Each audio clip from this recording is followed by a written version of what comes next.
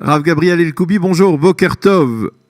Boker Tov. Et on est tenté de dire Purim Sameach, puisqu'ici à Jérusalem c'est Purim, même si chez vous c'est déjà passé.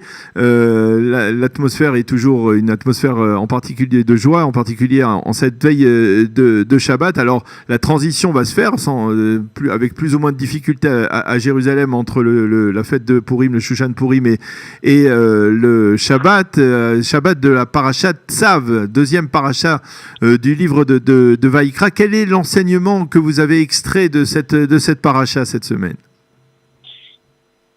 En prenant et la paracha et Purim, dans lequel on est en plein dans le vif, oui. La paracha, elle commence à nous parler des korbanot, korban ola, korban khatat, et bien entendu, les korbanot, la signification du mot korban, il vient du mot karov, c'est-à-dire du mot être proche de la Kadosh Baruch Hu. Mm-hmm. Et il y a des gens qui ont souvent la tendance à se tromper dans la définition de Purim. Comme on dit, Mishenichnas Adar Marbim et Simcha, quand le mois de Hadar il rentre, on doit augmenter la joie, et donc on voit les gens qui sont en état d'euphorie pendant ce mois-là, mais qui oublient complètement qu'on doit seulement augmenter la joie, mais la joie d'être là toute notre vie, tous les mois de l'année, pas seulement à Hadar. Et les korbanot qui nous approchent d'Akadosh Baruch Hu, je vous rappelle que quand on est proche d'Akadosh Baruch Hu, il y a écrit que chez Akadosh Baruch Hu, Oz vechedva bimkomo, c'est-à-dire que chez Akadosh Baruch Hu, toujours il y a la joie. Il n'y a jamais de tristesse, et donc automatiquement, quand on est proche d'Akadosh Baruch Hu, on est toujours en joie, pas seulement dans le mois de Hadar. Et la question, c'est de savoir comment on fait aujourd'hui où on n'a plus les korbanot, pour transformer ce Purim-là, qui est seulement cette année jeudi et vendredi, un Purim qui continuel pour toute l'année, où on pourra être toujours en état, pas d'ébriété, oui, mais en tout cas dans un état de joie perpétuelle. Et la réponse est toute simple en fait, et elle nous ramène à ce qu'on vient de dire, c'est d'être toujours tout simplement proche d'Akadosh Baruch Hu, où la joie se trouve toujours chez lui. Maintenant, comment on fait pour être proche d'Akadosh Baruch Hu? Tout simplement, on doit être proche de nous-mêmes. Vu que notre neshama, notre intérieur, il est chelek elokam imal mamesh, c'est une partie intrinsèque d'Akadosh Baruch Hu. Donc quand on est proche de notre intériorité, on est automatiquement proche de la joie.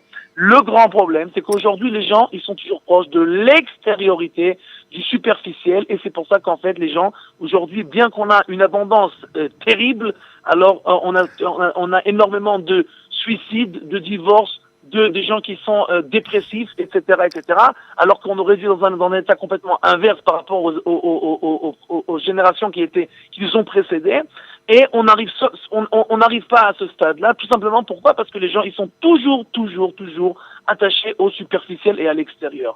Dans la Megillah, on voit, le Midrash nous raconte, et le Gaon de Vilna explique, les Midrashim, que Achashverosh était fou de superficialité. Ah, superficialité. Voilà, donc de tout ce qui était extérieur. Donc il a entendu parler du trône de Shlomo HaMelech, du roi Salomon, et il voulait à tout prix avoir le même trône pour pouvoir que tout le monde dise voilà quel trône extraordinaire, Achashverosh c'est le plus grand des rois, etc. Donc il a commandé, maintenant c'est très intéressant, Suse n'était pas la capitale du tout de Achashverosh. Suse c'était l'endroit où on faisait tous les meubles de l'époque. Donc il a commandé à Suse le trône de Shlomo HaMelech en or massif avec des lions, des aigles, etc. Ça a pris 3 ans pour le faire. Après les 3 ans, on l'appelle, on lui dit écoute, monsieur Achashverosh, ton trône est prêt. Le petit problème, c'est qu'on n'a aucune grue pour le soulever et il est impossible de le bouger. Qu'est-ce qu'il a fait Achashverosh qui était complètement fou? D'accord? Et bien tout simplement, il a déménagé tout son royaume et il l'a construit autour du trône. D'accord? Et donc Shushan est devenue Shushan Habira. Elle est devenue Suse la capitale. Bien entendu, dans le Tanakh, on n'écrit jamais qu'une ville c'est la capitale parce qu'on sait quelle est la capitale de chaque pays. Mais justement, la Torah nous écrit là qu'elle était la capitale parce qu'elle est devenue la capitale. Oui. Et pourquoi? Tout simplement parce que Ishi Yehudi Aya Beshushan Habira ou Shmo Mordechai. Vu que toute l'histoire de Purim devait tourner grâce à Mordechai et que Mordechai lui était à Suse, alors au lieu de perdre du temps à Mordechai de déménager pour arriver jusqu'à l'endroit où habitait Achashverosh, on a tout simplement vu que Mordechai a Beshushan Habira, eh bien on a fait déménager tout le royaume de Achashverosh juste à côté de Mordechai pour que lui il puisse faire cette histoire-là et sauver le peuple juif. Alors, je voudrais vous ramener, Rav El-Koubi, à ce que vous disiez au début, hein, à la joie qui est inhérente, la joie de la proximité d'Akadosh Baruch Hu, être dans la joie avec Akadosh Baruch Hu. Mais est-ce que, quelque part, lorsque à l'époque du Beth Amikdash, on amenait un korban, est-ce que, finalement, est-ce qu'il y avait avant tout la joie ou avant tout cette fameuse crainte d'Akadosh Baruch Hu, surtout lorsque par exemple on amenait un korban khatat, vous voulez se faire pardonner d'un égarement, eh bien est-ce qu'on pouvait véritablement parler de joie au Beth Amikdash, au Mishkan?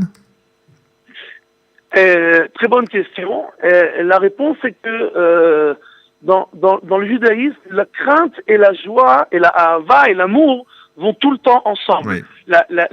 L'exemple de cette chose-là, c'est quand quelqu'un décède, on fait, les enfants, ils font 2 brachot. Dayan Haemet et Shechianu. Comment ça marche ensemble, ces 2 brachot-là? Dayan Haemet, c'est pour la perte du père, et Shechianu, c'est parce qu'on a eu un héritage. Et les 2 brachot, on les fait ensemble. Aujourd'hui, on ne fait pas parce qu'avec Massach Nassa, etc., jusqu'à que l'argent il rentre dans ton compte, c'est pas sûr que tu vas le recevoir. Oui. Mais donc, on le fait plus tard. Mais dans le Ikaron, dans le principe, on devrait faire les 2 brachot ensemble. Le Rav Hirsch explique que l'exemple que tu as donné du Korban Khatat et Korban Ola, c'est très intéressant parce que quand on jette le sang du Korban sur le Mizbeach, sur le tabernacle, alors, il y a une différence entre le Korban Ola et le Korban Khatat. Le Korban Ola, on jette le sang en bas du Mizbeach, et le Korban Khatat, on jette le sang en haut du Mizbeach. Et le Rav Hirsch explique pourquoi. Tout simplement. Parce que quelqu'un qui amène un Korban Khatat, c'est quelqu'un qui a fauté. Et donc, automatiquement, il vient avec la crainte de Dieu. Il est peiné et il a la tête en bas.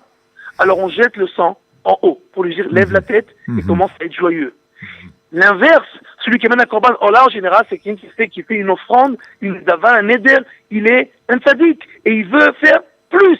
Donc il vient un peu avec la tête en haut. Oui. Alors on lui dit, jette le sang en bas, baisse la tête et aie un peu la crainte de Dieu. Donc on voit que le judaïsme, il accroche toujours ces 2 choses-là. De la même manière qu'avec les parents, on doit avoir l'amour et la joie avec ses parents tout le temps, mais ça doit en aucun cas empêcher la crainte des parents. Ish imo ve'aviv tiraou. On doit craindre ses parents et on doit respecter ses parents avec amour, et ces 2 choses-là, elles vont tout le temps ensemble. Mais pour revenir à ce qu'on a commencé et pour terminer tout ce qui a trait à l'extériorité et l'intériorité, on voit que dans la vie d'un homme, il y a 3 étapes principales. La première étape, c'est l'étape où il est enfant. Et il reçoit tout, on lui donne tout. Ses parents, ils sont autour de lui, ses frères, ses sœurs, ses ganettes, ses profs, etc. Tout le monde est autour de lui et lui donne. Après, l'enfant, il grandit, il rentre dans le monde de la société, ou alors c'est donnant-donnant. Mon fils, si tu fais pas des efforts, si tu te donnes pas, si tu n'intéresses pas pour les autres, personne te regardera, personne te donnera. Et après, le 3e stade, c'est le stade où l'homme se marie, et alors, il doit que donner.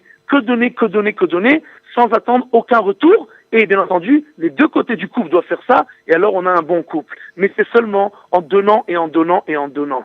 Et on voit dans Purim exactement la même chose. La première mitzvah, c'est mishté. C'est quoi le mishté? Investis en toi-même, mange, kiffe, mais c'est que pour toi. Après, c'est ishloach manot ish lerehu. Tu donnes, on te donne. C'est la société, mon fils. Tu dois, c'est donnant. Mais le 3e et le dernier stade, c'est matanot le'evionim. Tu fais que donner. Et c'est pour ça que le Rambam nous dit que la mitzvah la plus importante de Purim, c'est ni le mishté, ni le mishloach manot, c'est matanot le'evionim, où on fait que donner. Et c'est à ce stade-là qu'on commence à ressembler à Kadosh Baruch Hu et être proche de notre intérieur. Et c'est comme ça qu'on peut être heureux. Parce que Dieu ne fait que donner, il n'a besoin de rien. Il ne reçoit jamais rien. Quand on est l'inverse de Dieu. Mais quand on grandit, on doit se rapprocher de nous-mêmes et être proche de notre Neshama et de Dieu qui n'a besoin de rien, il ne fait que donner. Et on voit le sipouk, le plaisir que quelqu'un a en donnant, il est toujours beaucoup plus grand que celui de recevoir. Donc, tout simplement, pour être joyeux toute l'année, donner. Et alors... bien voilà, on a bien compris, je crois qu'on a bien compris Rav Gabriel Elkoubi, le message, un message à la fois de joie, un message de netina, de don et de générosité. Cela pourrait être d'une certaine manière les deux qualités propres au peuple juif. Ces deux parties de l'ADN du peuple juif, la joie et la générosité, le chesed. Vous les avez réunis, vous les avez rassemblés à travers l'enseignement de la paracha et un enseignement qui nous maintient dans cette fête de Purim que nous célébrons ici aujourd'hui à Jérusalem. Merci beaucoup Rav Gabriel Elkoubi d'avoir été avec nous ce matin. On vous souhaite une Shabbat Shalom et aussi d'une certaine manière encore un peu Chag Purim Sameach à vous et à tous vos proches et à tous vos amis. Voilà, shalom, shalom.